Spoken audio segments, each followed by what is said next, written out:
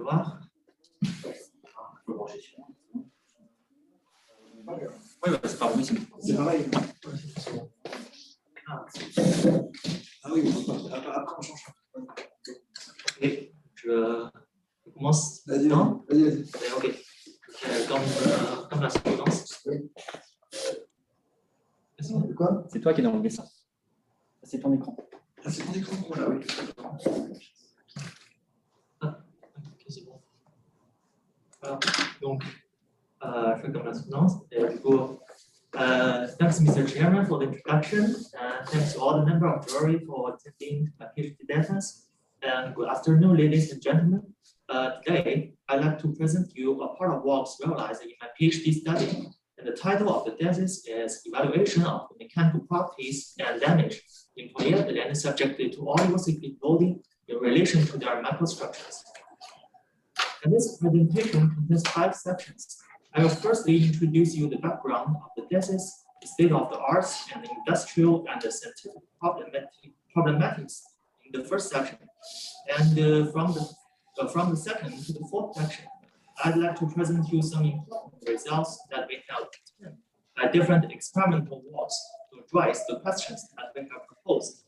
And in the fifth section, I will show you the conclusions and the perspectives.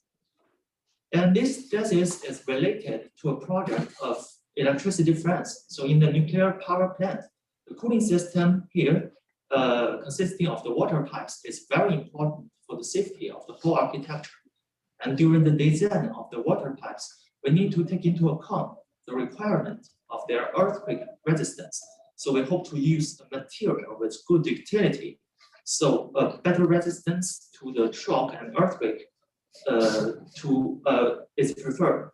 And nowadays, the P100 pipe, which is a high-density polyethylene, has been widely used to replace the traditional steel ones.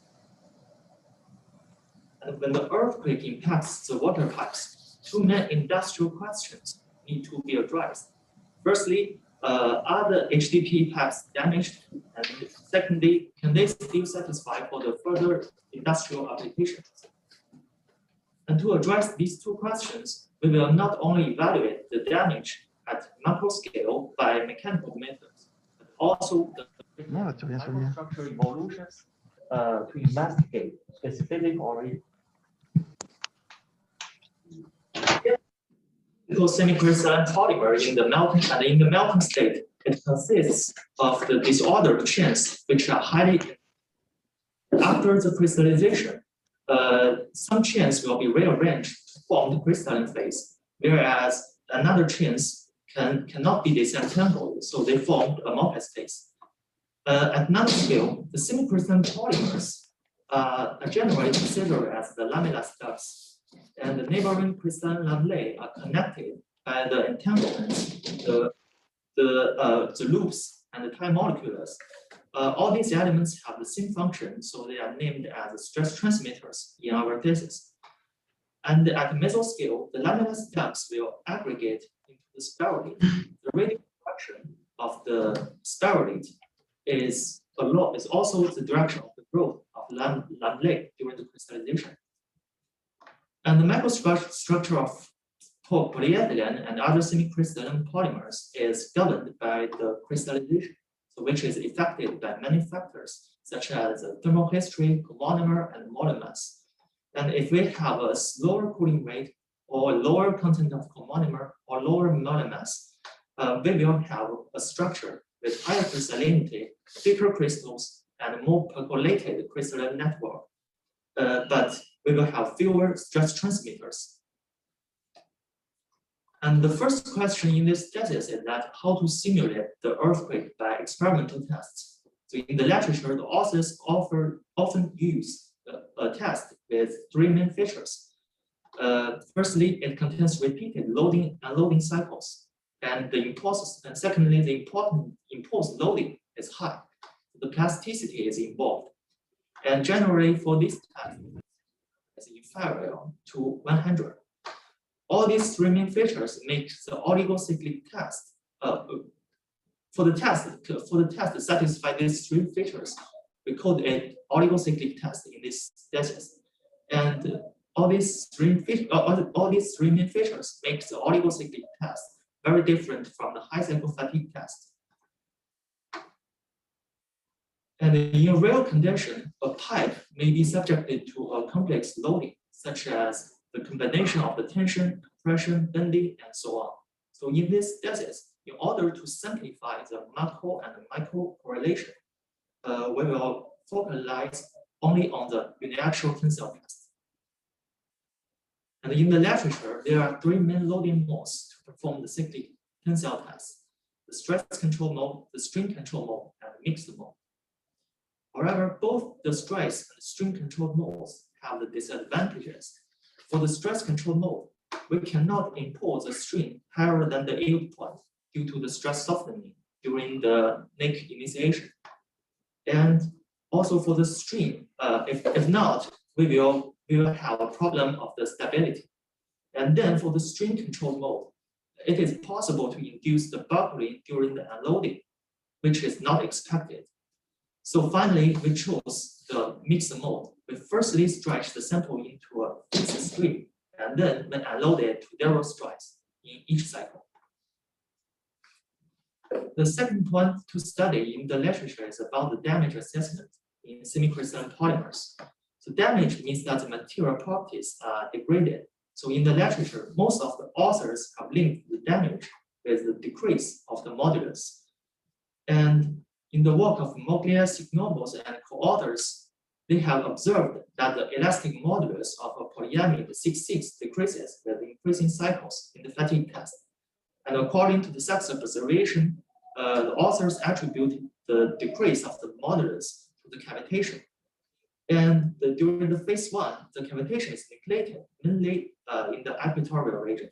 And during the phase 2, the neglected cavities are merged and its number decreases. And finally, during the phase 3, the cavities form the final grazing and crack at a macro scale. In another work of Raphael and co-authors, above the glass transition temperature Tg, the fatigue crack in the same polymer, is also related to the opening of the spirulate in its equatorial plane. And this is characterized by SEM fractography and tomography. And the cavitation is also a common plastic mechanism in polyethylene. There are some other mechanisms such as crystal sharing, magnetic transformation, and in the work of Schön, the relation of initiation of the plastic mechanisms and thickness of crystals testing temperature is described by a mapping.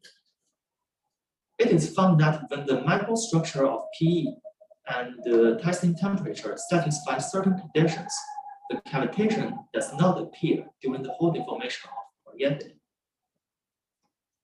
And in the work of the Torres and co-authors, they found they have tested 3 different semicrystalline polymers, and they have proposed that the cavitation may be not a further damaging phenomenon. The decrease of the modulus should be related to the fragmentation of crystals, and they introduce a parameter D in the constitutive modeling to couple the plasticity and damage.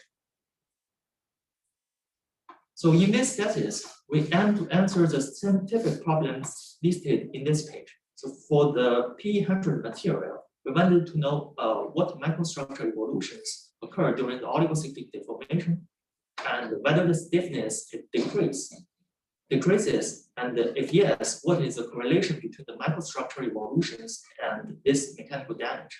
Thirdly, are other mechanical properties such as the failure stress, tensile toughness will be degraded, and how the microstructure of HDPs influence these results. And in the second section, I will present you our material study and characterization methods. We have 3 different HDPE materials. So the industrial material is denoted as a PEI, and it is provided by EDF as the pellets and the pipes. So this industrial material contains the carbon black fillers. And moreover, we also order other 2 materials as the reference, and simply name them as PEA and PEB. in particular, PEB is also a commercial HDPE for PE100 pipe, and PEA is for blow model, which has different molecular properties to the PE100 material, and its weighted average molecular weight is smaller, and the dispersity is also lower. With the different HDPE materials, we can generalize our results. So firstly, we did the thermogravimetric analysis to characterize the nature of the formulation in our materials. As for the results, the purity in the two reference material is about 99.6%, whereas in the PEI, it contains about 2.9% of carbon black fillers and other compositions in mass. Also, we have already known that the industrial pipe is modeled by quenching in the cold water. Therefore, it is logical to make an assumption. So the outer surface should be subjected to a faster crystallization process. So the microstructure in the pipes is assumed to be heterogeneous. And in order to verify this assumption, we have carried out the DSC test to measure the crystallinity in the pipe from the inter to outer surface. And the DSC allows measuring the melting enthalpy of the crystalline phase by integrating the area under the endothermic peak. And the crystallinity can be calculated as a ratio between the experimental melting enthalpy and the theoretical melting enthalpy of a 100% crystalline PE. So here's our results. And the results suggest that there is indeed a thermal gradient in the outer surface. So our assumption is validated. Thus, in the following studies, we should take into account the effect of thermal treatment on the crystallization, so on the microstructure and mechanical properties in the HDPE. So for the sample preparation with pellets, we have firstly designed and fabricated a mold in aluminum alloy. Here is a photo of the assembly and the 5 subcomponents. And during the sample preparation, the pellets are firstly compression molded, and we have 2 supports here that allows increasing the resistance against the compression of the mold. These 2 supports will be removed during the crystallization process, and the very thin surface of the hollow piston, it will ensure that the heat transfer is efficient. So we use the quenching and isothermal treatments to perform extremely different crystallization process. And one is extremely rapid, so it's here, and one is extremely slow, so it's for the isothermal treatment. Then, for the shaped HDPE sheets, we carry out different characterizations at both macro and the micro scale, including the DSC, the small angle X-ray scattering, SACS, and tensile tests. And as a macro approach, the X-ray scattering is a common technique to characterize the microstructure of polymer. The X-ray makes the sample, the photo is scattering behavior follows the Bragg slope given by this equation, and the scattering angle can be translated to the wave vector Q. And the larger particles or repeated structure can scatter the angle at smaller scattering angle or low Q value. In our experimental condition, in the low Q range, we can plot the lamella steps cavities at nanoscales, whereas we can characterize the crystallographic structure in high Q range at the scale of Angstrom. And besides the Q value, there is another parametric problem. It is a azimuthal angle 5, which is marked here. And regarding a SACS pattern in the undeformed state, the 2D pattern is isotropic due to the identical number of the lamellar steps along each direction in the spiral, as shown here. If we make a azimuthal integration along a certain direction, we can translate the 2D pattern to 1D relation. And here we also make a Lorentz correction. According to the peak position, we can calculate the long period of the lamellar steps at nanoscale, right? It is the sum of a single crystalline and amorphously. And also we can deduce the thickness of crystallines by considering the crystallinity we have obtained by DSC measurement. And if we summarize the results for given grade, for example, PEI, we found that the crystallinity at LC is higher in the isothermal sample. If we only watch the two materials for the P100 types, the microstructures of PEB and PEI show the similar sensibility to the thermal treatment. And after the same thermal treatment, we found that the PEA has a higher crystallinity thickness of crystals than the other materials. And now we also have measured many important mechanical indicators by tensile test. Firstly is the elastic modulus. It is measured within the elastic region. The epsilon is inferior to 0.01. And also the yield stress.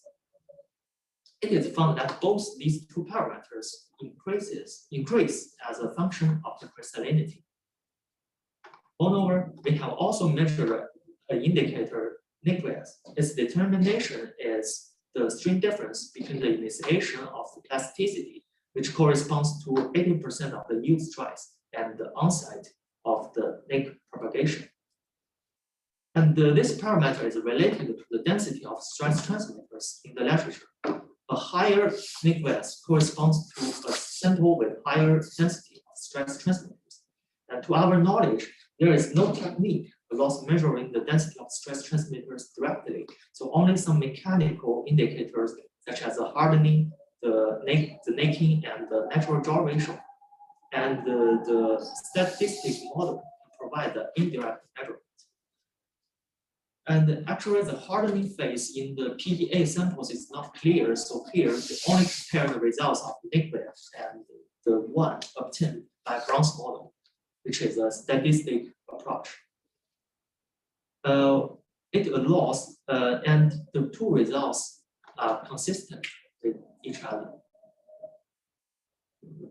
And we have also measured the tensile toughness, which is the area under the stress strain curves. And it indicates the absorbed energy to value per volume in the spacing.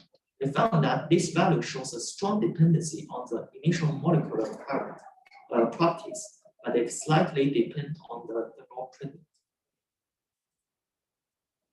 Also, we summarize the results as for and we take the PEI as an example. For the same grade, the isothermal sample has a higher modulus, yield stress, tensile toughness, but lower nucleus.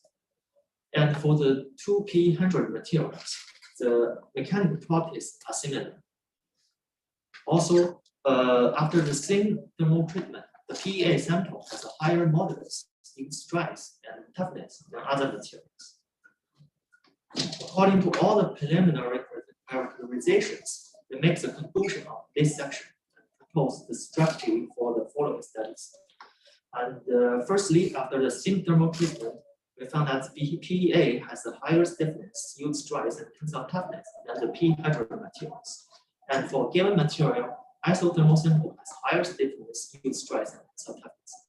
And we also correlate this mechanical behavior with their microstructural properties. And for P100 material, the variable content of carbon black fillers has slight influence on the microstructure and mechanical properties. So we will only study the PEA and the PEB in the following studies due to two reasons. Firstly, we believe that the PEB is representative for P100 material. And also the carbon black fillers, although it has limited influence on the mechanical and microstructural properties, we found that it can significantly scatter the X-ray. So it will influence our results of the X-ray scatter characterization. And then in the third section, we will discuss the mechanical and the mechanical evolutions during the oligocyclic deformation to answer the first two questions that we have proposed in the introduction, and the influence of the pristine microstructure on the results. Firstly, we will address the first question by applying the in situ substance test And so here is the experimental project. We performed the in situ X-ray scattering test in San Francisco lab with this experimental setup shown here. And we can record the mechanical curves by the tensor machine and such flux patterns as detected. And also the sample image captured by a CCD camera. All these information we can obtain in real time. And for the mechanical tests, we carry out 8 loading and unloading cycles by mixed mode, and the maximum impulse stream is about 0.16, so which is in the vicinity of the yield point. And in this section, we mainly discuss the in situ SACS results. And as the PEA samples show the similar qualitative observation, we only present the results of the PEB materials as shown here. And the figure in high shows the mechanical curves, and the figure in low shows the SACS patterns evolution corresponding to 5 states in different samples to highlight the evolution. And according to the results, we can obtain the information about the spherolytic deformation, including the fragmentation of Lamley and the cavitation. And focusing on the creature sample, we made a zoom integration along different directions with the phi equals to 0 and 55 and 90 degree. And so they correspond to the information in the equatorial and diagonal region and the polar regions respectively. And only in the horizontal region, if we watch the evolution of Q as a function of the time, we found a obvious decrease and the cyclic evolution of the scattering intensity. It means that after a critical stream, the lamella in the equatorial region are fragmented and shared. So the orientation of the Lamley are thus changed. So the intensity decreases. And in the polar and the diagonal region, the intensity is almost constant. So it means that the fragmentation in these regions are not obvious, or after the fragmentation, the orientation of the Lamley does not significantly change. And we also evaluate the local stream for the equatorial region by evaluating the relative evolution of the long period. It is found that in this region, the local stream is proportional to the macroscopic stream. So the Lamley in this region also exhibit a cyclic deformation with the increasing residual stream at 0 stress. And this low value, 0.6, indicates that the lamellar stubs in the equatorial region are less deformed than other regions. It can be related to the heterogeneous distribution of the stress to axiality in the spheroid. And so we summarize the fragmentation of Lamley in the equatorial region of spheroid using this schematics. So first loading induced the most important stream and the fragmentation of Lamley. And the following cycles only induce the accumulation of both residual stream and the lamellar fragmentation. But however, it is worth noting that this phenomenon is not easy to be quantified by SACS technique. And regarding the isothermal samples, the strong intensity in the center of the pattern. So here, it corresponds to the cavitation. The volume fraction of the cavities observed by SACS can be estimated by using a method proposed in the work of Humbert and others in their work, given by this equation. Actually, the very low value only corresponds here. The very low value of the volume fraction of SACS only corresponds to the cavities located in the Q range that we can probe. So for the larger or smaller cavities, we don't have their information. But we believe that this evolution of the cavities, the evolution of the cavities in this range is representative for the whole cavitation behavior.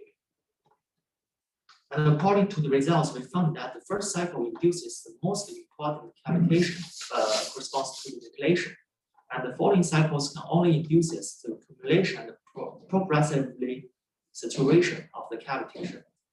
Moreover, we found that the cavitation is related to the microstructure of PE. In a sample with higher crystallinity, thicker crystals, but lower SP density, the volume fraction of cavities will be higher.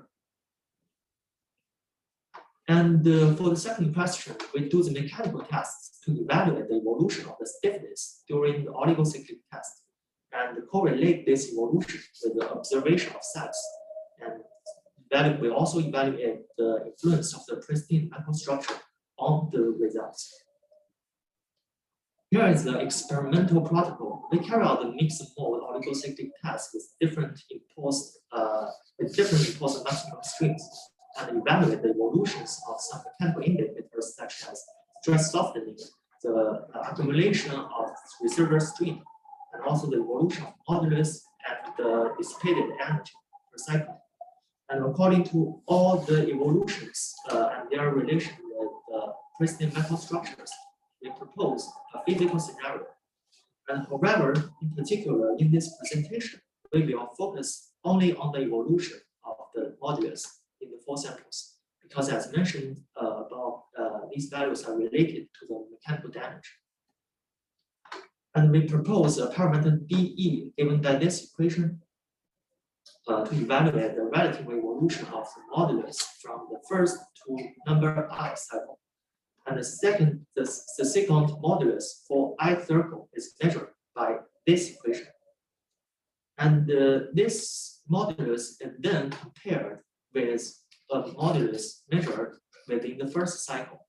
However, these 2 modulus are measured within the same span of the string. For example, if we want to evaluate the relative evolution of the modulus from the first to second circle, we will compare the blue and the right one.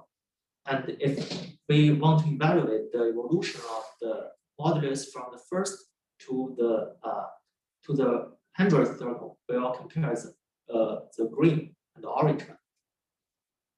And according to the results, we found that the DE value is related to different parameters. So firstly, the DE can increase from a negative value to a positive value with increasing impulse stream in OC. And this value can also decrease with increasing cycles. Moreover, compared to the results for different samples, we found that when the impulse stream is 0.5, the DE value is higher in the more crystalline sample. And now let's analyze the formation observations. Firstly, the DE can be positive or either positive or negative. So it should have 2 groups of mechanisms that connect to each other. The first group, for the first group of mechanisms, in the crystalline phase, we may have the break of the crystalline network and population. And in the amorphous phase, we may have this entanglement, chain reactor sliding, which may be also related to the cavitation. However, for the second group of mechanisms, the amorphous phase, the chain may be also oriented during the deformation, so that it may induce the crystallization. And if we're regarding the results, and if we're regarding the string if in OC equals to 0.16, the DE is a negative value. However, according to the sex observation, we found that there is the cavitation and fragmentation of lamella. So it is unfair to say that the material is damaged just based on the occurrence of the plastic mechanisms. And then we found that DE increases as a function of epsilon OC. So it means that the deterioration mechanisms in the group 1, as we have mentioned, it become more and more dominant as increasing impulse cyclic stream. And this effect is mainly related to the first cycle. And during the following cycles, the chain orientation dominates the modulus evolution. So DE decreases with increasing cycles. And after that, more important DE is found in the sample with higher crystallinity when epsilon OC equals to 0.5. So it seems that this result is consistent with more important cavitation, break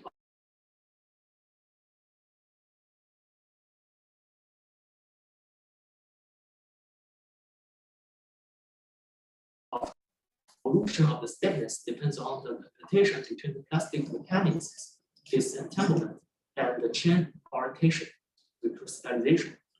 So only the plastic mechanics do not indicate increase of the stiffness.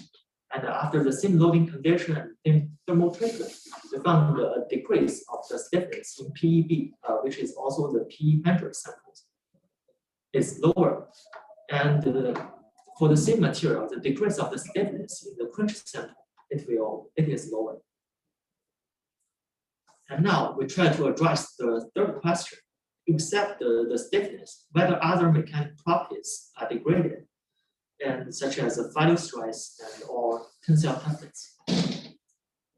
And following the mechanical tests we have present in the last section, we did a multi-step test. We performed 10 cycles with different impulse stream, which involve the most important evolutions, and then we stretched the samples until fracture directly.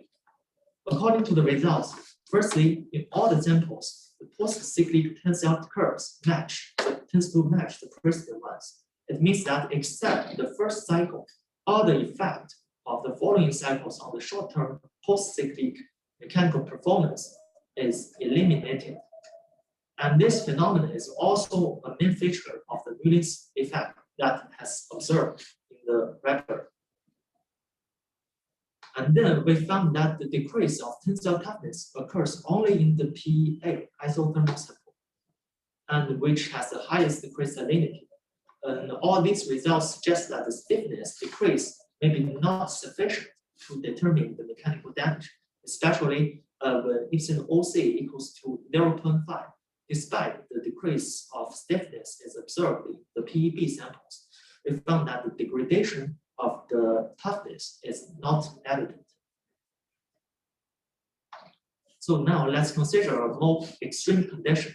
In the shipped HDPEs, we firstly use a large sample cutter to prepare the sample for oligocyclic preloading, and the macroscopic impulse strength is 1.5.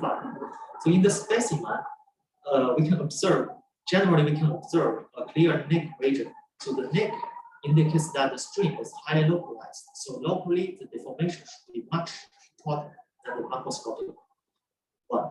And we'd like to know how large is it so that we carry out the in situ BIC measurement. And then we use a smaller cutter to take a mini sample from the neck region along both longitudinal and transversal direction.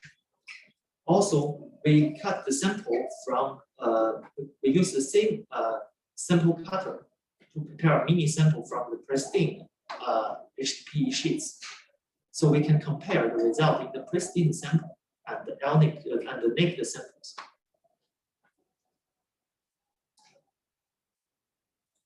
So for the first experimental step, we can use the DIC to obtain the stream mapping and measure the local stream. Here's an example. The video shows the evolution of the longitudinal stream mapping in the pentacles PA quench sample under oligocyclic loading conditions. We can observe a clear homogeneous naked gradient. And actually, each deformation state corresponds to a stream mapping, and we can translate the 2D mapping to 1D by averaging the values corresponding to 3 different vectorizations. So we can obtain a figure, so that in the 1D diagram, we have a relation between local longitudinal stream against the X position. And here are the results. And several important points deserve special attention here. So the maximum local longitudinal stream range between 3.5 to 4.5 in all samples. And the maximum local transversal stream about -0.3, -0.02. And this result is related to what we have observed according to the necklace. And finally, the stream accumulation is mainly along the tensile direction with increasing cycles. For example, we can watch the different curves here.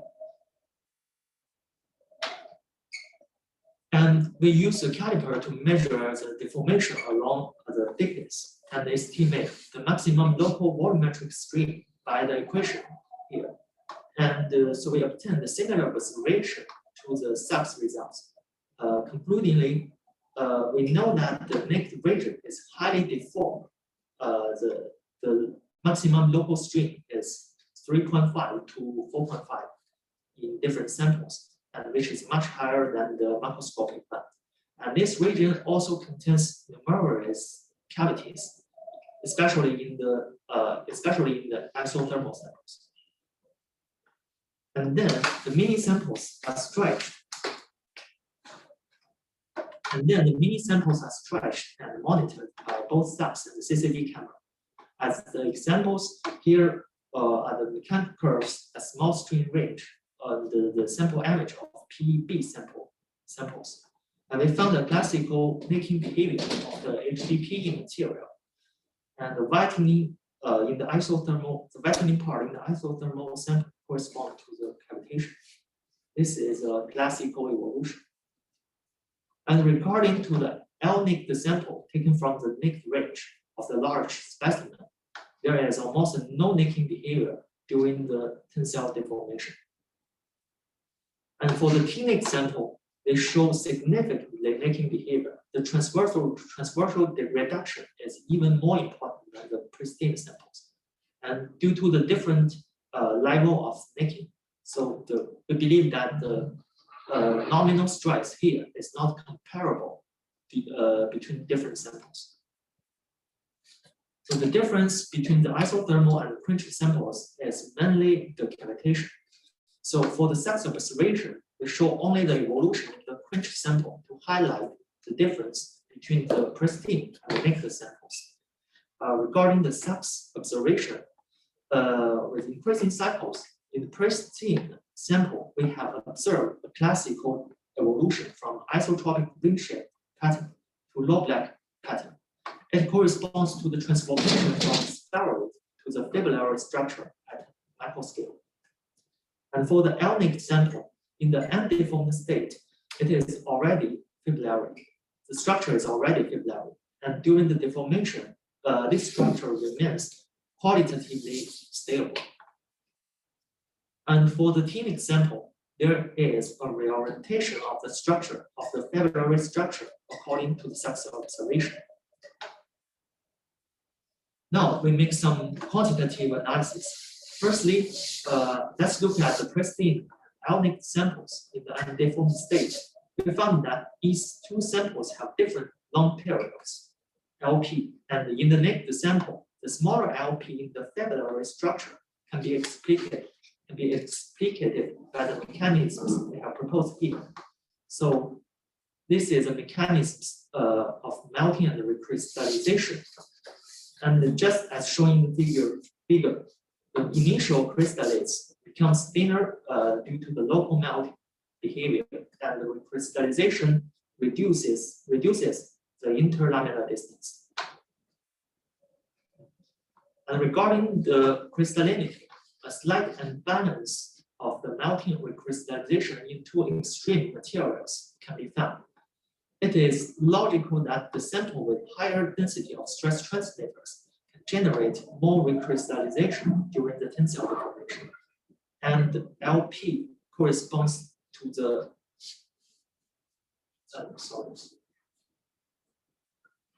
And so for the sample with higher crystallinity, the melting may be dominant.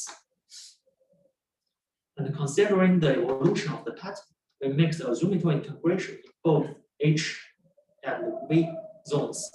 So the phi is 0 and 90 degrees. And again, the local strain can be estimated by the relative evolution of the long period. And according to the result, the deformation of the intrafibrillary region is much less deformed than the macroscopic sample. This value is even lower than the equatorial region of the pristine sample. It is only about 0.17. So it should be related to the highly stretched chains in the intrafibrillary region. Therefore, the deformation in this region should be the deformation in the fibrillary structure should be mainly attributed to another region. So it is the interlamellar region. And in the case of scattering cylinder, we have also used the Guinius law to evaluate the width of the microfibrils, dF. This value is related to the ST density. So with more STs, the crystalline lamellae tend to be fragmented into smaller blocks. And also we found that during the whole deformation, the dF is a constant value. So it means that no fragmentation of crystalline blocks occur during the deformation. And as for T-nicked sample, according to the evolution of the pattern in the horizontal region and the vertical zones, the reorientation behavior is associated to the initiation of the nicking. And the figure in the right shows the mechanisms. And regarding the LP and DF values, we found that before and after the rotation, the dimensions of the microfibrils are stable. It means that the extension limit of the chains in the intra and the interfibular regions should be closed. And also, there is no fragmentation of crystalline blocks during the rotation. And now we plot the two stride string curves for each sample in the zone of interest we have marked here.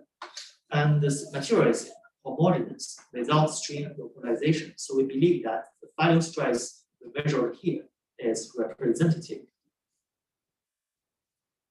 And this figure corresponds to all the pristine. This figure shows the final strides in different samples, and the black ones correspond to all the pristine samples. It is found that the final strides of the pristine samples mainly related to the material type or molecular structure. And the value in PEA are higher than in PEB. And for a given material, the value strides is relatively higher in the isothermal samples. And then the right one and the right one correspond to the L-nicked samples, and the blue one corresponds to the results of the T-nicked samples. And we can only find a significant drop of value strides from the pristine to nicked samples in the PEA isothermal sample. And especially, it seems that this drop is anisotropic and is more important along the transversal direction. As we mentioned, for given materials, the final dimensions LP and DF in all the pristine L-nicked and T-nicked samples are nearly identical. So in the pristine and L-nicked samples, finally, it's the intrafibrillary chains makes the main contribution to transfer the strides. Whereas in the T-nicked sample, it is more likely the initial interfibrillary chains transmit the strides before the value. So the drop of the value strides and the anisotropic should be related to the different numbers of the strides transmitters in the intra and the interfibrillary regions. And especially for the PEA isothermal sample, the interfibrillary region may contain many oriented cavities. So it should be, so the stress transmitters there should be lower, should be fewer.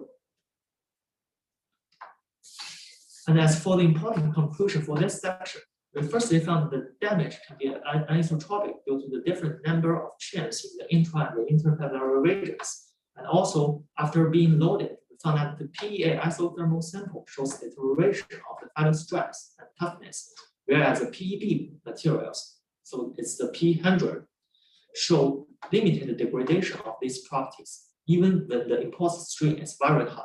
And by the DIC, we know that locally it has been deformed about at a strain about 4.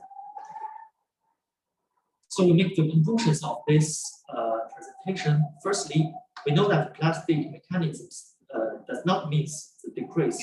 The occurrence of plastic mechanisms does not mean the decrease of stiffness. And the decrease of the stiffness is not sufficient for damage assessment. And for the further study, the reversibility requires to be investigated. And for the P100 material, whatever the thermal treatment we carry out, they show good resistance against the deterioration of the stiffness and the final properties, although it has weaker mechanical performance than other materials. And here's also some perspectives. Now all the results are obtained at room temperature. However, for the industrial requirement, we'd like to take into account the effect of temperature from -10 degree to 60 degree. And also, we have only evaluated the influence of oligocyclic loading on the. We'd like to also evaluate the influence of oligocyclic loading on the long-term mechanical behaviors. Then these results need to be verified for more complex loading modes. For example, coupled tension, compression, sharing, bending. Also, finally, we hope that we can integrate these results into a constitutive model in the further study. So here's all my presentation, and thanks for your attention.